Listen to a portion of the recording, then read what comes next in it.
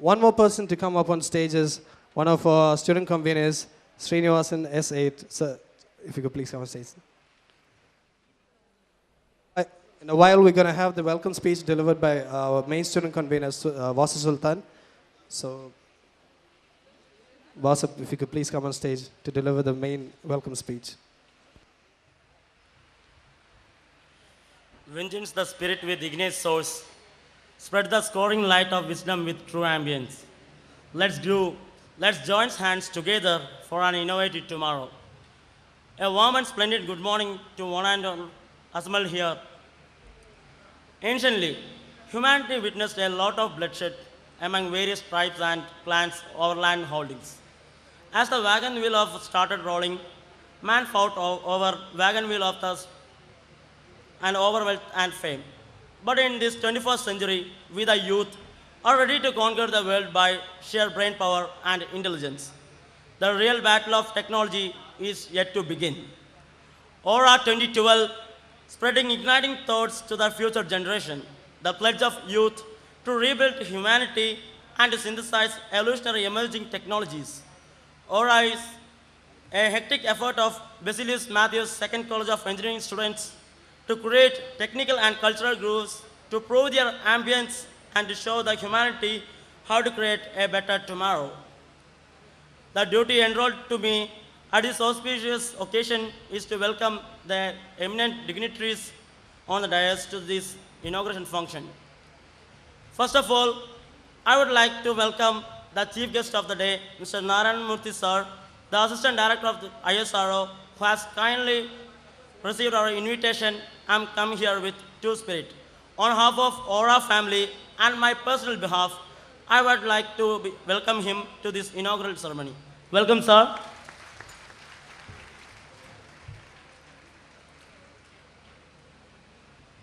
Next, I would like to welcome our dear principal, Dr. E.V. Nambudiri, sir, who in spite of his hectic and tedious schedule, took interest in conducting this event. On behalf of all of us, I am welcoming him to this inauguration function. Welcome, sir. Next, I would like to welcome our director. Even though he is not present here, I am welcoming him. We do miss him. His contributions in framing the guidelines to this event cannot be forgotten at this time. Next, I welcome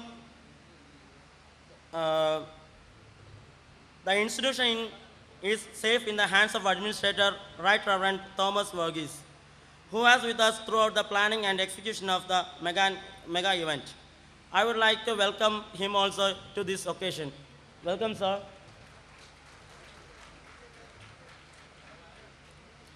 Dean plays an important role in remodeling the institution. I would like to welcome the college dean, Women's Honor, to this event on behalf of all of us present here. Welcome, sir. I would like to welcome each and everyone on and off the dais to this inaugural ceremony. At this occasion, I would like to highlight the hard work undertaken by all the faculties and students to conduct this event. Once again, I welcome all of you to this inaugural ceremony and to this Aura 2012. Thank you. Thank you, Vasa, for that welcome speech. Up next, we have a presidential address. Now, no such function would be complete without a presidential address. And the person here to deliver this speech is a man of distinct vision, an idol of knowledge, a fountainhead of illuminating ideas, and an inspiration to all of us.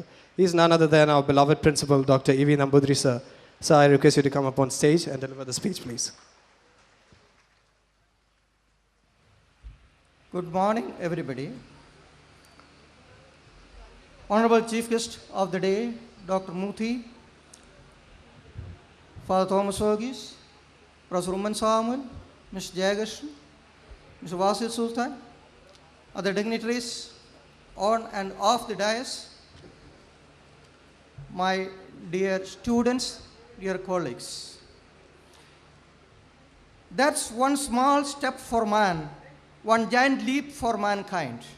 We listen to these words of Neil Armstrong from the Tranquility Base on the moon on 21st July 1969 with mixed emotions of awe, fascination, pride, and fear. When we heard these words through a primitive wall radio and an address system arranged by the physics department of the college where I was studying during that time. Remember, it was in 1969. Even black and white television was not so popular in many parts of the world, especially in India or Kerala.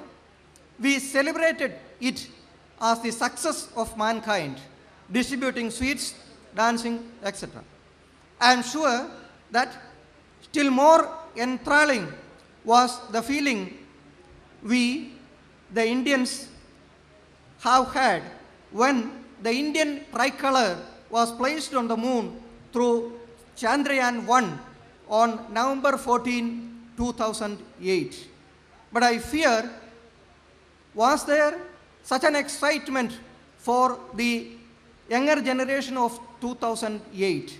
Because at that time, even though there was the live telecast of the program on color TVs, which should have been watched by all those who intended, especially Indians, in their living room. Many of our nationals might have reserved that occasion for watching serials than appreciating the achievement, the national achievements, and congratulating the scientists behind that. Today, I have no doubt that if an alien spaceship lands here in the background and an alien comes for registration, our volunteers will welcome him and guide him to the registration counter without blinking an eye. Because today's youth are accustomed to such visions more on the television. As all of us know, space programs are making integrated use of all kinds of engineering skills: civil, mechanical, electrical, electronics, instrumentation, computer science, chemical, biotechnology, and whatnot. Today, we are indeed very fortunate to have Dr. Narayan Murthy, who has got direct experience in various launch missions taken up by ISRO, to speak to us. I am sure that the narrations will definitely kindle inspiration, motivation, and affinity for research in the young budding engineers, my dear students and fellow teachers assembled here. Hope in the near future we will have the good fortune to see an Indian walking on the moon and planting an Indian flag there. Dr. Murthy is directly involved in the manned moon mission. We will be hearing more about these things from him in a short while. Regarding the program Aura, the student representatives floated the idea long back, and it is due to their tiresome effort that it has come true. From the total atmosphere, a festive atmosphere which have been brought in by our students, we see how the students are reacting to an extracurricular thing than to a curricular thing. My humble request to our students is to show the same enthusiasm in studies also. I request all the participants for various competitions, both from this institution and other guest institutions, to take part in the events with good sportsman spirit. Remember that taking part is as important as winning. Many can take part, but only few can win. Set up your mind to accept both failure and success as it comes, giving only the due importance what they deserve. Don't become depressed in defeat or carried away by success. Soliciting the wholehearted cooperation of one and all for the smooth and successful conduct of the events on all these days, I conclude. Thank you. Thank you all.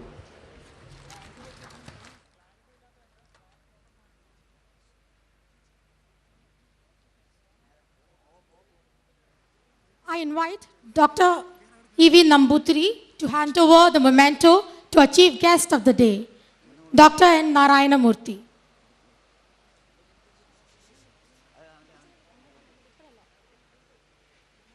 There's a small memento that the principal is going to hand over to our chief guest. So if you could please do that.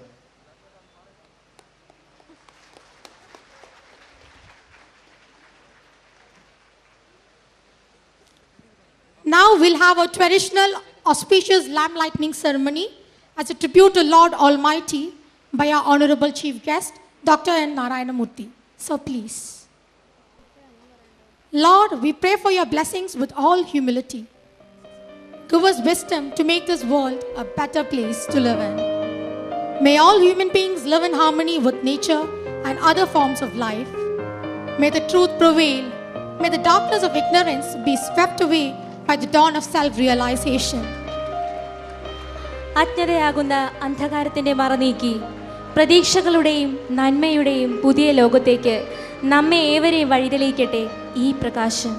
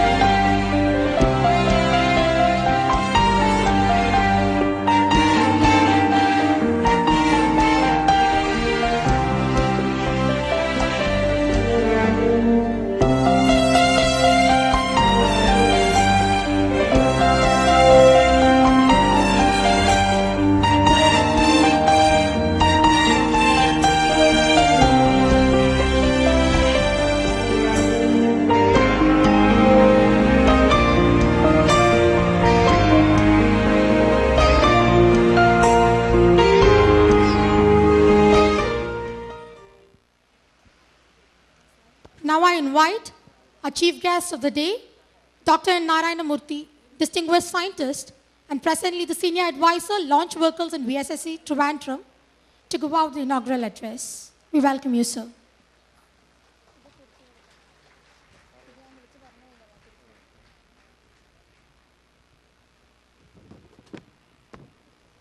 Very good morning to all of you.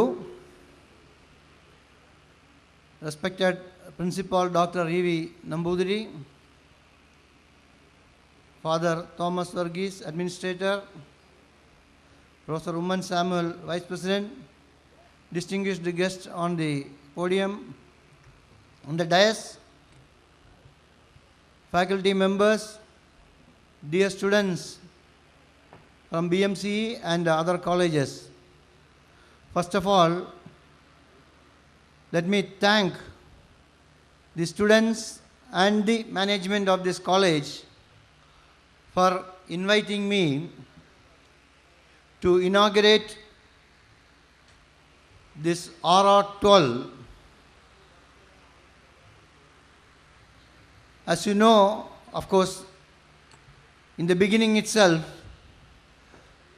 there was a presentation on what RR12 means. And As you know, the Malayalis have given some new words to the Malayalam language like Adipoli, Tattu Polipan. So you have already seen certain events, that is dances like that. So aura essentially means a distinct personality or something different in a person or in any other thing, a glow. So before I start my inaugural address, let me wish all the students who are participating in these events, the college and the faculties, the distinct personalities, the change, the glow, let the Almighty give to each one of you so that you will achieve bigger heights in future. As an engineering community, definitely we owe a lot to the society. In fact, engineer is the interface between science and society. As students, definitely we have some commitment towards nation as we grow up as engineers, but there are some very important prerequisites to be a good engineer. Engineering is not just getting some information, knowledge, or doing some analysis. Ultimately, this has to be useful to the society. So, what are the attributes of a good engineer? The first and foremost is the engineer should possess good analytical skills and observe the environment and the nature. So when I say analytical skills, if you want to have good analytical skills, a person should be very strong in mathematics, statistics, and certain aspects of basic science. Without these skills, you cannot be a good analytical engineer. So I would urge all the students assembled here, they should have a sound knowledge on these aspects. You should not treat as if mathematics, statistics, and basic aspects of science is not important for engineering. The second point is, as you know, today's environment, no basic branch of engineering, whether it is electrical, mechanical, or civil, can exist alone. They have to coexist. It means the engineering is a multidisciplinary in nature nowadays, because without the knowledge, sound knowledge of different branches of engineering, you cannot be a good engineering when you come to the field. So it's very important to pay attention to every branch of engineering, especially in the first 2 semesters of engineering, S1 and S2. That is why precisely the curriculum is set in such a way that a basic knowledge is important on every branch of engineering, so that when you grow up and take leadership positions in later, unless you have a basic system knowledge on every branches of engineering, you cannot be a good system engineer. Ultimately, what success is for an engineering community is the system engineering aspects of every design or every system. So it requires a thorough knowledge of various branches of engineering and the systems involved. Then the third point is, of course, the communication skills. Communication skills, it is not just oral, written, everything is important, because wherever I have attended interviews or the other lectures, I find the communication skills, especially in some of the Kerala engineering colleges, need tremendous improvement, because maybe we don't talk to our peers, to our lecturers too often to get our questions or doubts clarified, and then and there correct the system. So it's very important to communicate each other and develop the communication skills and see that you work as a team, because nowadays in any branch of engineering, as you take up some jobs, no individual can thrive unless he is very intelligent and has some research doing on his own. Otherwise, in 99% of the activities in the society, teamwork is the important point. So the teamwork culture comes from the engineering, from the college, and it demands sharing of knowledge. It is not essential that all the students studying in a particular college need be equally bright or they have the same type of knowledge levels. So we should accept that fact, and we should help our colleagues to improve their knowledge whenever we acquire it.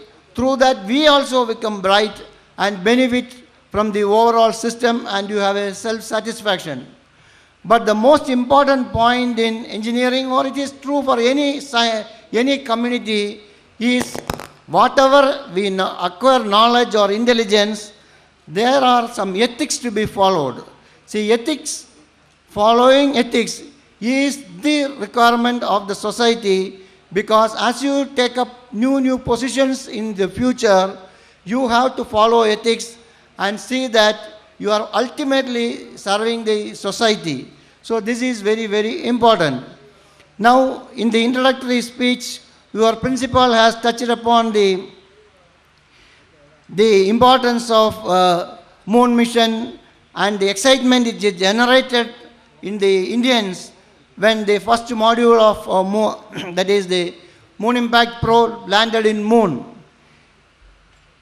See, you may be remembering, after independence, definitely the industrial infrastructure and the engineering and the science infrastructure in the country was very, very small and very meager. It is our first Prime Minister, Pandit Jawaharlal Nehru, who laid the foundation for the strong public sector. In fact, there's a famous quotation, everybody knows, future belongs to those who makes friendship with science. So this is true even now. There is nothing changed in ISRO also. When ISRO started in 1962 in a church building near Tumba in Turles, it was a very small setup to enable some of the foreigners to come with their rockets and launch on the shores of Tumba, because Tumba has got a peculiarity because it is near equator, and over the atmosphere there are some characteristics in the atmosphere called electrojet formation, which is of importance to the physics scientific communities. So this has only prompted Dr. Vikram Sarabhai to start this institution over the shores of Tumba.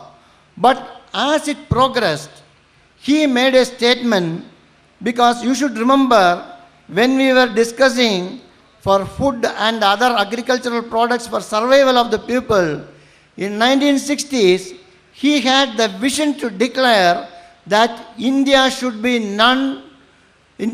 second to none in acquiring the technologies of Spain and making it useful for the common man. So this was a very important vision which he has made in 1960s. So through such visionary leadership and vision, only the country grows. But it has taken almost 40 years for ISRO to achieve Dr. Sarabhai's goals of meeting the national requirement using the applications of space in every walk of life what we see today. But definitely it is time for the second vision. So in this respect, you all remember our former President Dr. APJ Abdul Kalam, this famous quotation, strength respects strength. It means in today's environment, you should have the strength to tackle anything. A country's strength comes from its technology knowledge. So, as ISRO has built everything, it is not only ISRO, the defense organizations, the atomic research organization, many of the private industries, they have all grown because of the Indian engineering and Indian engineering expertise over the past 4 decades. So similarly, now the second division of Dr. APJ Abdul Kalam, that strength respects strength, is basically giving a message to the engineering and scientific community that we should have self-reliance in many, many technologies. How does a self-reliance in technology comes? It is through, first of all, availability of materials. Materials is the fundamental requirement. Availability of materials is the fundamental requirement for any technology build-up and self-reliance. So, ISRO is happy because all the leaders of ISRO has given tremendous boost for self-reliance in technology. If you are knowing KMML with the defense technology to set up this 500-ton titanium sponge industry in KMML, and now it is already started production. So this is a right step in self-reliance. Similarly is the case of electronics manufacturing. See, now you know in electronics manufacturing, the most important element in electronics design is the VLSI, that is the very large scale integrated circuits. If you see any systems in computer, you call it Intel 4, Intel 5, it is basically an electronic chip consisting of so many circuits embedded in a single chip. Indians have the capacity to design that chip, but you cannot fabricate in the country. Of course, we had some foundries, they are called foundries. We had some foundries in Chandigarh, Semiconductor Limited in Chandigarh and in ITI Bangalore. But those technologies are outdated. Now, to give a boost to the electronics, this very large scale integrated chips manufacturing in India, especially for defense and space applications, Government of India